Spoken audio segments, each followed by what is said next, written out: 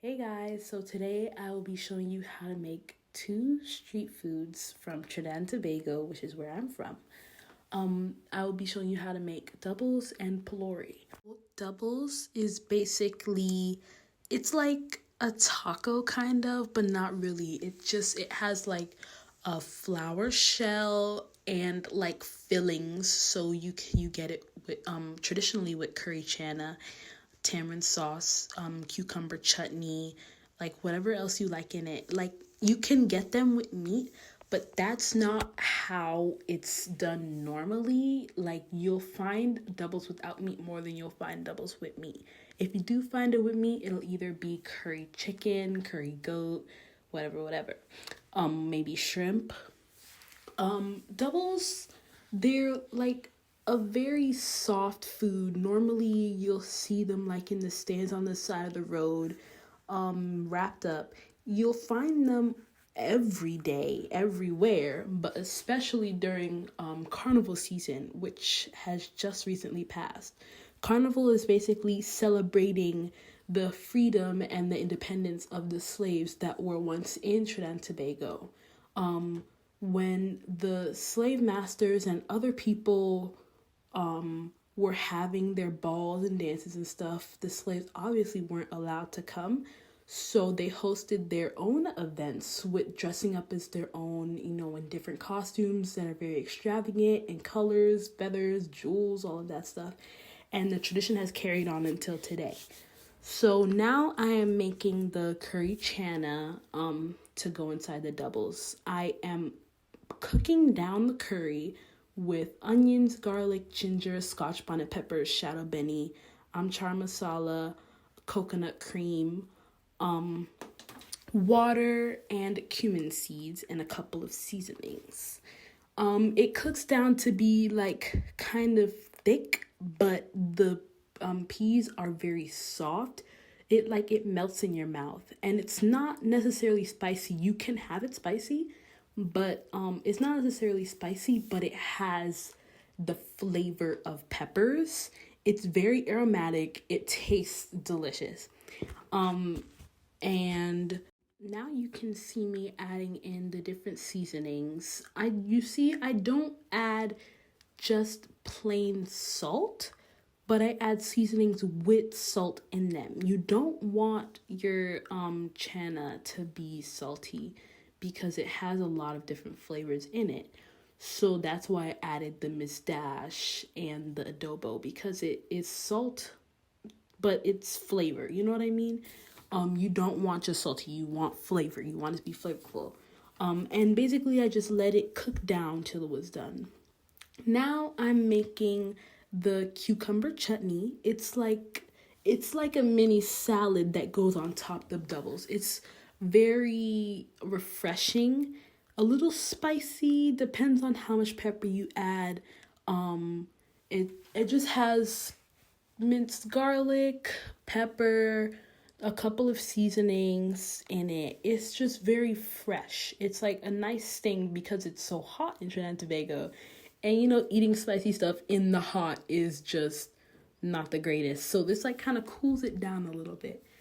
Now I'm just chopping up the garlic to go inside of it, and just preparing the rest of the stuff. That is a scotch bonnet pepper, I believe, either scotch bonnet or pimento pepper.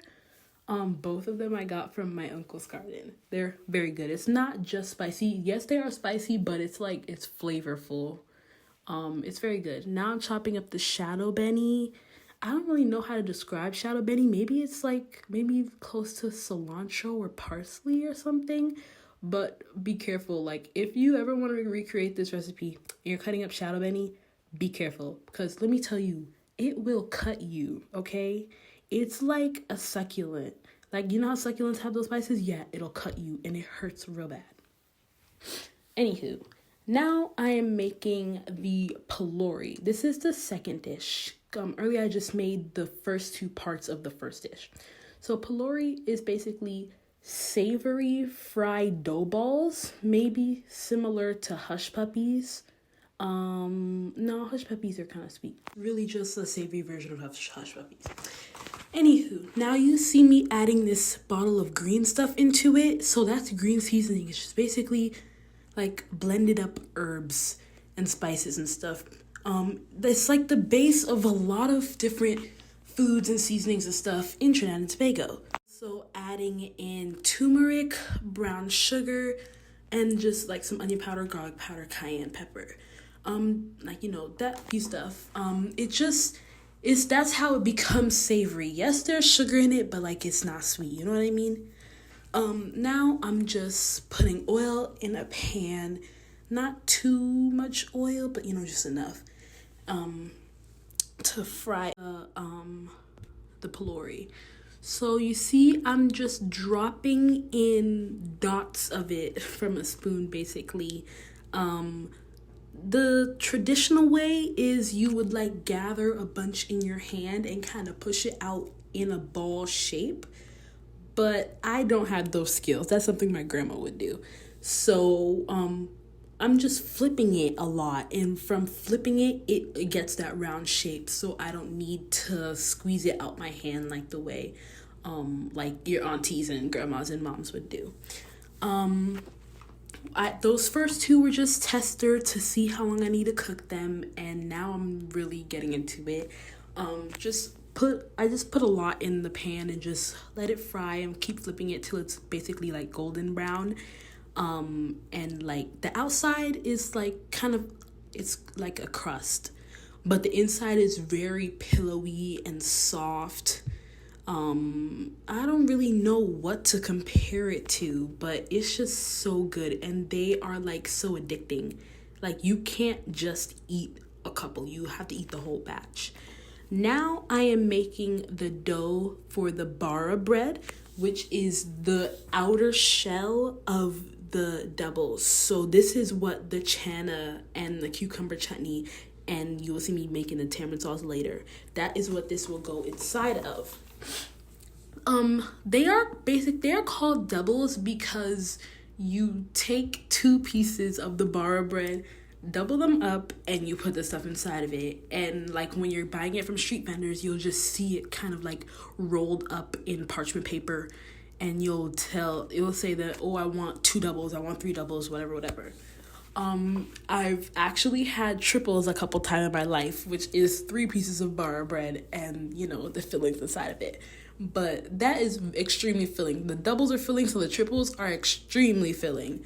So you really only need a couple of these. Oh, I dropped the honey. Well, ignore that. Anywho, now I'm just mixing up the dough and adding like water slowly. You want the dough to be like a kind of sticky consistency, but not too sticky. Like it should stick to your hands, but if you put oil on your hand, it shouldn't stick. You know what I mean? Just knead it into a dough ball, which is what I'm doing now. Make sure you can't really see, pieces of flour or anything anymore. After I'm done kneading, I will just form it into the shape of a ball, cover it with oil, and leave it just to let it rise. It's best to leave it to rise like overnight, but you can do it for the minimum amount of an hour, and it should still be good. But just try to let it double its size. And yeah. I see that I'm using a lot of curries and masalas and just different seasonings like that, because Trinidad and Tobago has been influenced greatly by India. They call it the West Indies because like a lot of people migrated from India, were brought from India, and during the time when Christopher Columbus was traveling, he thought where he was going was westward of India. It was not. It was Trinidad and Tobago, also Guyana, other places in the West Indies, Venezuela, places like that. Basically, when you're frying bara bread, you don't have to fry it for long. Like, it should never be in the oil for over 10 seconds. Bar bread, it goes in very thin. The oil should be extremely hot and it cooks very fast. You want your bar to be soft. Like, it shouldn't be hard and crackly. It should be soft. This is the outcome. If it has holes in it, it doesn't matter because you're doubling it up anyways. Now I am making the tamarind sauce. So normally I would use like tamarind pulp from the Caribbean store so I don't have to de-shell it and everything, but it didn't have any left. So you see me just de-shelling the tamarind, putting water in it, hot water, to melt it, and taking out the seeds. This is very tedious. It took me a long time to do this. Now I'm just straining it out and like pushing it through the strainer to get the, the pulp out of it. Now you just see me chopping up some shadow benny. It's very consistent throughout all the recipes. You will always see shadow benny. You will always see scotch bonnet. You will always see garlic because that is the herbs and seasonings that they had readily available for them traditionally. And you see that a lot throughout the dishes now. After I chop all of these things up, I just put the tamarind pulp that I extracted into a hot pot with some water and the seasonings. And you just want to let it boil down. Like, it will be like water at first, but eventually it will boil down to like a thick consistency. This is the end result of the doubles with everything in it. And yeah, thank you.